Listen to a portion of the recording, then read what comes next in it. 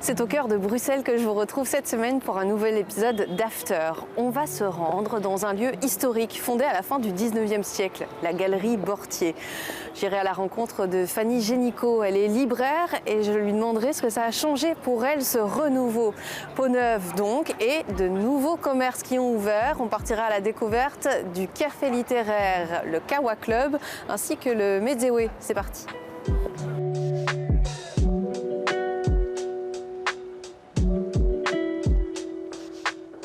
C'est une galerie historique qui, à l'époque, reliait la rue de la Madeleine au premier marché couvert de Bruxelles, qui est la salle de la Madeleine. Galerie qui a été faite par l'architecte Creuzenard, qui est l'architecte qui a fait la galerie de la Reine. Il y a eu une poste ici à l'époque, donc le bar et les alcôves que vous voyez de part et d'autre de l'entrée de la galerie, à l'époque accueillaient des chevaux, c'était un relais postal. Et donc on s'est dit que dans le renouveau de cette galerie, adjoindre aux bouquins et aux livres une offre qui était une offre basée sur des artisans de bouche, avait du sens par rapport au passé de cette galerie. Tout en conservant la tradition des bouquinistes. Mais je pense que ça fait partie intégrante de cette galerie. Alors on sait que le métier de bouquiniste est très compliqué aujourd'hui. Difficile de passer à côté du fait que quand le projet de renouveler cette galerie Bortier a été mis sur la table, il y a eu un peu un lever de bouclier pour défendre l'activité de bouquiniste. Mais ce qui est absolument exceptionnel, c'est qu'il y a eu beaucoup de signatures d'une pétition. Et moi, j'ai des tas de copains qui n'étaient jamais venus dans cette galerie et qui ont signé, parce que c'est sûr que le changement est toujours difficile à accepter, mais je pense que quand on voit comment se passe le changement, mais ça s'estompe au fur et à mesure. Rappelons que vous êtes derrière aussi les projets du Wolf, Fox, où on est dans cet état d'esprit où on va un peu chercher à droite à gauche ce qui nous convient et puis on ramène tout au centre. Voilà, on essaye d'innover toujours et tout le temps. Donc on a un charcutier, un fromager. On a les 8 microbrasseries bruxelloises qui sont présentes ici. On a une cantine indienne, on a un italien, on a Polpo qui est à base de poisson. Voilà, on essaye d'animer cette galerie et il y a 3 libraires qui sont toujours actifs dans la galerie.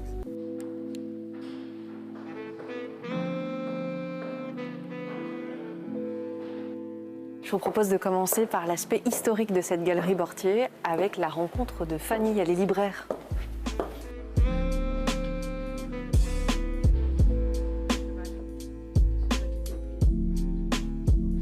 C'est une librairie de livres d'occasion, de livres anciens et modernes. Vous trouverez ici un peu de tout. Je suis installée personnellement depuis une bonne dizaine d'années, mais j'ai succédé à mon père. Et je rajoute ma touche au fur et à mesure. C'est toujours bien de prendre son temps ici. J'aime bien les gens qui savent ce qu'ils veulent, mais aussi qui ne s'attendent pas à quelque chose de précis. Et alors, ils découvrent, et souvent, il y a un petit trésor qui sort des rayons, et ça fait un client heureux, ce qui fait une libraire heureuse aussi. Vous allez les trouver où, ces livres ? Un peu partout, mais essentiellement chez les particuliers. Et c'est là que je découvre les trésors, c'est là aussi que je peux nouer un lien avec les anciens propriétaires. Pour moi, c'est important de savoir d'où viennent les livres et leur histoire et le parcours, qui les a lus, qui les a choisis auparavant aussi.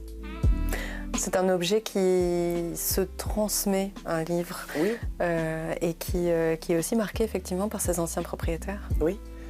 Il y a un lien physique entre un livre et son lecteur. Et c'est ça que j'aime, moi, dans l'histoire des livres.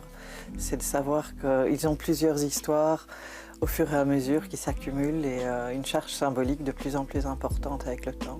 Ouais, c'est marrant parce que le parallèle peut être fait avec la galerie Bortier. C'est vrai. Elle a une longue histoire. Une histoire essentiellement tournée vers les livres pendant longtemps et les vieux papiers, et les œuvres d'art aussi. Comment est-ce que vous percevez, vous vivez ce changement aussi du public ?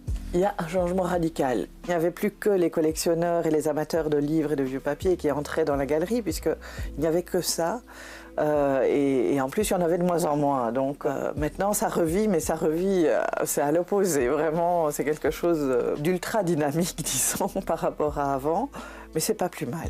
Ça vient réveiller les livres anciens, ça? Oui, c'est ce que je vous dis. Parfois, ça les secoue un peu.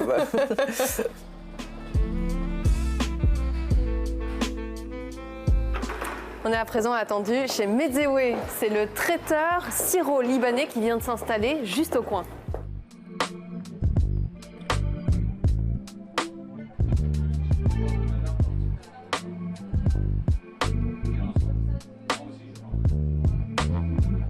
Il y a presque 30 sortes de mezzés. Le plat du jour, ça change chaque jour. Et il y a des choses basiques aussi qui ne changent pas, comme le houmous. On a le tzatziki, le salade de lentilles avec les carottes. On a le baba ganoush, on a le tapenade de poivron grillé, caviar d'aubergine, le taboulé libanais, le falafel, bien sûr. Ça, c'est tous les jours. Les gens végétariens, les gens végans et même les gens qui souffrent d'allergiques gluten ou lactose, ils trouvent pas mal de choix chez nous. Toutes les recettes qu'on fait chaque jour, c'est la recette de notre maman et grand-maman. Alors on fait le traditionnel cuisine syrienne avec une touche moderne un peu. Vous avez donc commencé avec justement l'importation de produits syriens, ici en Belgique, mais pas que. En Bruxelles, Allemagne, Hollande, France, dans le Benelux, voilà. Ouais. Et puis ensuite, vous vous êtes dit, bon, il est temps de faire nous-mêmes la cuisine avec nos propres produits, en fait. Exactement, exactement. Non, parce que les clients de moi, ils m'ont dit les qualités de notre produit, c'est vraiment très, très bon. Spécialement des clients comme un restaurant. Ouais. Ils travaillent avec notre produit. Et ma femme, il adore le cuisiner. Alors, l'idée, ça commence comme ça, comme on trouve une bonne location, the heart of Bruxelles, comme ici.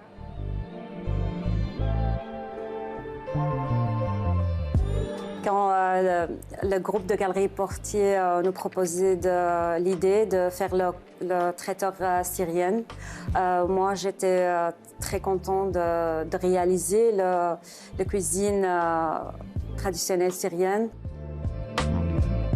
Le client, il vient faire le bol leur-même et il choisit, il compose le bol avec 5 choix comme il veut. D'accord. Et un bol avec 5 mezzés différents, ça coûte combien? 14,50.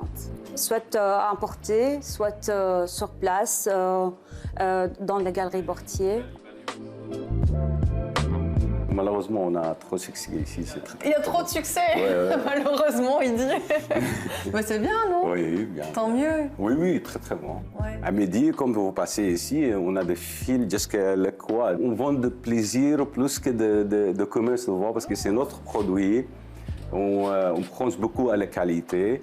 Si vous trouvez la bonne qualité de pois chiches, la bonne qualité de pâte de sésame, alors vous arrivez à faire bon hummus. Parce que notre cuisine, c'est vraiment facile, pas compliqué.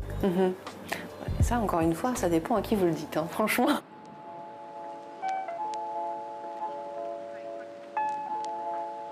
Bon à savoir si vous venez à la Galerie Portier. Le lundi, la plupart des commerces sont fermés, mais il vous est toujours possible de prendre un bouquin et de vous installer au café littéraire, le Kawa Club.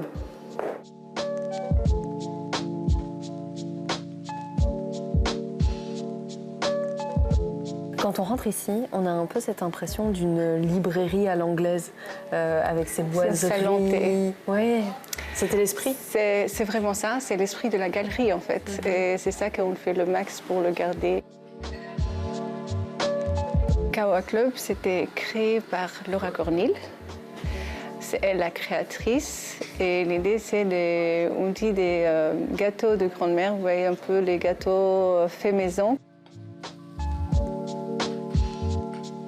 On a notre petite fée de cuisine, elle s'appelle Colline, et elle fait des gâteaux avec beaucoup d'amour et beaucoup de passion. C'est son passion, la cuisine. Et c'est pour ça que nos gâteaux ils sont assez bons aussi. 5 cheesecakes différents, 3 sortes de tiramisu, des crumbles, des moelleux, des brookies, des cookies, des banana bread. Et on a notre nouveau gâteau qui vient de rentrer, joindre les autres. La grande famille de Kawa, c'est le Banoffee.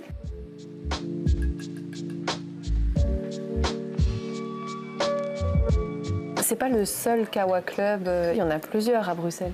Alors le premier Kawa Club, c'est au Fox. C'est la maison mère, comme on dit. Et nous, on est le 12e à Boursier. Et le 3e, c'est Galerie de la Reine. Et toutes les Kawa, on a les mêmes... c'est le même concept développé dans toutes les Kawa. Et bien sûr, on a notre blend de café de Kawa. C'est 100% bio. C'est que pour nous. Vous voyez, on a beaucoup de livres. On reste sur la cuisine parce que maintenant, c'est qui sont à vendre et à consulter sur place aussi. On a d'autres projets pour les librairies, qu'on veut faire une sélection des livres que les gens peuvent venir pour lire les livres sur place, mais ils doivent le laisser et revenir pour continuer à terminer son livre. Ça, c'est dans l'avenir, bientôt, j'espère. Mais ça donne vraiment envie de s'installer, effectivement, avec un petit bouquin, un café. Il y en a beaucoup qui le font. Oui. Ouais. Il y en a beaucoup qui le font. Et surtout dans la semaine, c'est quand c'est plus calme. Le week-end, j'avoue que c'est un peu plus compliqué parce qu'il y a trop de monde. Mais victime de son succès. Le soir aussi, c'est très chouette parce que c'est assez calme. C'est pas très bruyant comme toutes les centres de Bruxelles. Ici, on reste toujours un peu... C'est intime, c'est feutré. C'est intime, ouais, c'est intime. Vous êtes ouvert jusqu'à quelle heure le soir?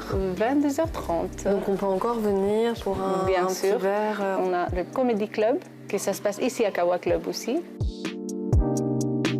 J'imagine que quand on arrive le matin et que notre lieu de travail, c'est la Galerie Bortier, ça change. Ça donne envie de venir travailler, c'est trop chouette. Merci Monica. C'est ici qu'on se dit au revoir. Difficile de ne pas terminer cette émission avec un livre à la main. J'espère en tout cas vous avoir donné envie de parcourir cette Galerie Bortier à la découverte des bouquinistes et autres commerces ici. Si vous avez de chouettes endroits à nous faire découvrir, n'hésitez pas à m'écrire after@bx1.be. À tout vite.